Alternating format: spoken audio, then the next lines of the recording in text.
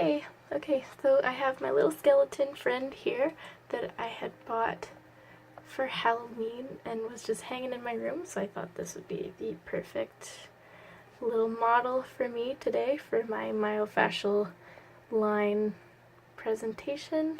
So the first one I have for you here is a little hard to see, but that's okay. The superficial backline.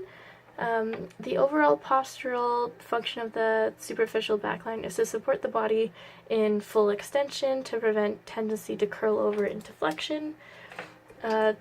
This is an all-day postural function, requires a high proportion of slow twitch, endurance muscle fibers in the muscular portions.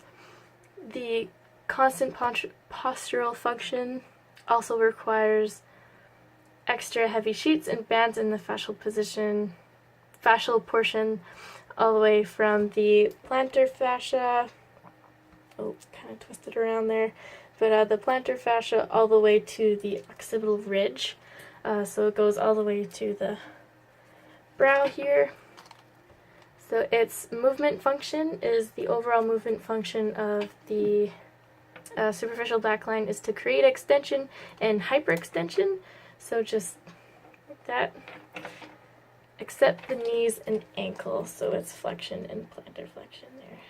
Okay, here we have the superficial front line that I have here, my little skeleton buddy. So overall, the postural function of the superficial front line is to balance the superficial back line. It's also to provide tensile support from the top, the list part of the skeleton, which extends forward to the gravity line, to the pubis, rib cage, and the face. The overall movement function of the SFL is to create flexion and of the trunk and hips and extension of the knee and dorsiflexion of the foot. So the SFL contains a higher portion of the fast twitch muscle fibers, where the SBL is predominantly slow twitch, like I said. Okay, here we have the lateral line, myofascial line. So it goes all the way up, and about here it does a basket weave all the way up. You kind of have it, but you can't really see it, and it's kind of hard to do it on this model. But yeah, it does like a crisscrossing thing along here. I can't think of the word. Okay, so the purpose is it's for frontal plane stability, and it balances the left and right activities, mediates forces occurring along other lines, and stabilizes the limbs of the upper body.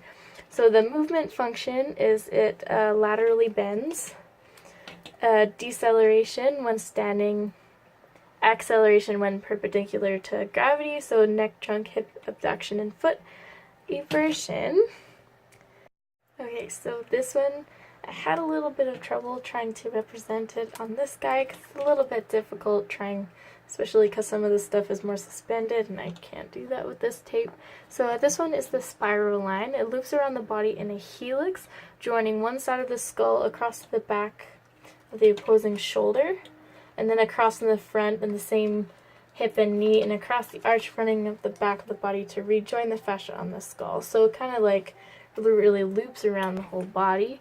So its functions are to wrap the body in a double spiral. It maintains balance across all planes. It connects the foot arches to the pelvic angle and helps to determine knee tracking in walking. With imbalance, it creates and compensates for and maintains alignment in twists and rotations and lateral shifts in the body. It also participates in other lines, so it's got multiple functions here. It crosses a lot of planes and all that. So the overall movement function of the spiral line is to create and mediate spirals and rotations in the body. Okay, so we have the last but not least, because these ones are super special, the lines, the back and front functional lines. So they kind of form crosses in the front and back of the body. And they're special because they're not used in general day-to-day resting, standing postures. They're used in activities during or athletic activities. So both lines have strong postural stabilization functions for positions outside of the posture. So like yoga poses are big with that.